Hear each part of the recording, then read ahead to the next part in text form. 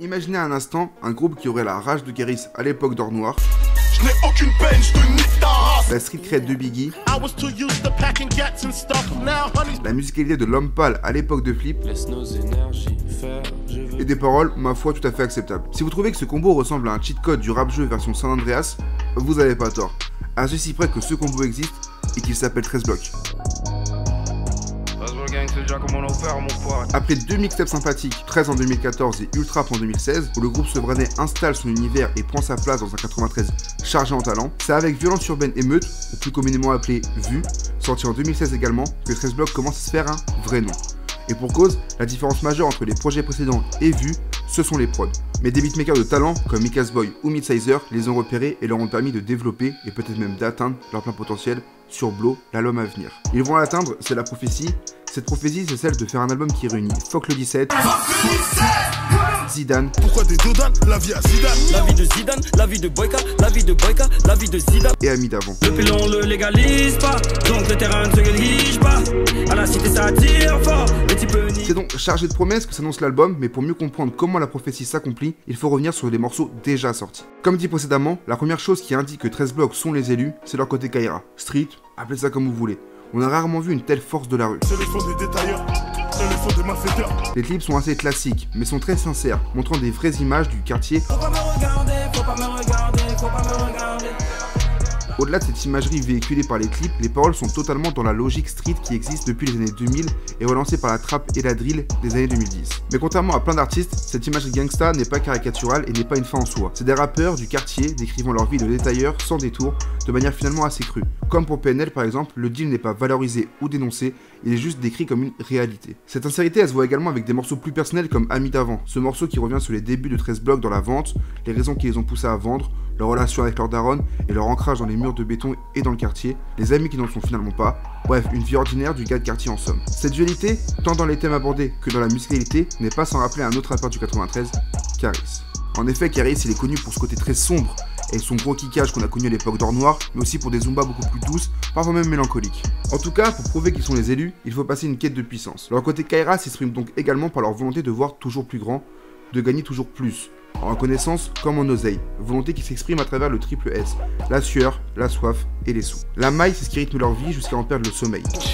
Manque de sommeil, je me lève tôt, je me couche tard, je ne vis que pour l'oseille. La réussite financière est d'abord vue dans une logique de ne manquer de rien, mettre la daronne à l'abri, ne plus être un galérien.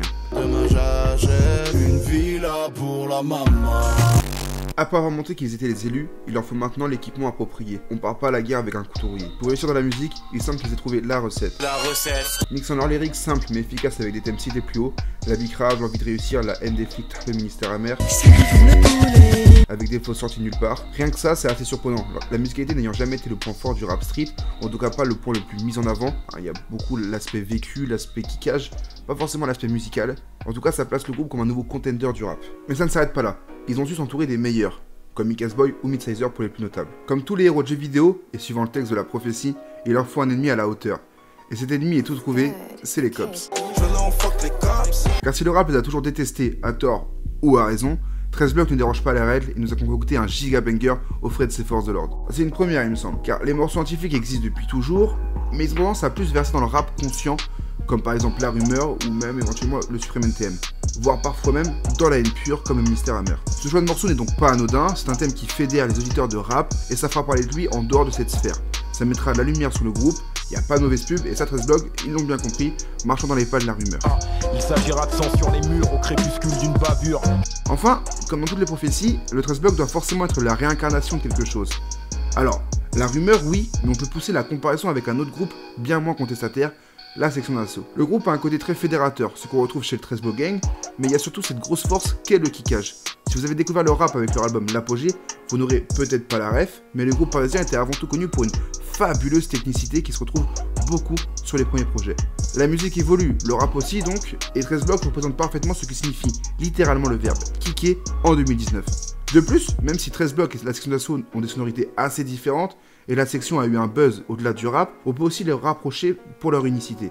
Chaque membre a une fonctionnalité, une personnalité, importante et principale. On peut penser à la musicalité de Z, l'aspect brutal de Stavo, la désinvolture de CDK et les placements de The Four. Alors, si ces caractéristiques sont communes, chacun l'incarne plus ou moins à sa manière. On retrouve alors une vraie équipe et un groupe à part entière. Du coup, tous les éléments de la prophétie sont en place.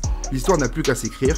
Il y a fort à parier que cet album s'inscrira à la fois dans la continuité des précédents, mais il amènera surtout des éléments nouveaux. La recette 13 blocs ne pouvant jamais être totalement décryptée ou égalée. Cet album sera probablement celui qui placera pour de bon le groupe Sevranais sur la carte du 93 et plus largement comme un groupe très ancré dans le rap français. En tout cas, n'hésite pas à nous dire ce que t'en penses, ce que tu penses de 13 blocs et si cette prophétie va oui ou non se concrétiser. On aura la réponse assez rapidement, je pense. Alors n'hésite pas à t'abonner, retrouve-nous sur nos divers réseaux sociaux et à très vite. Tchuss.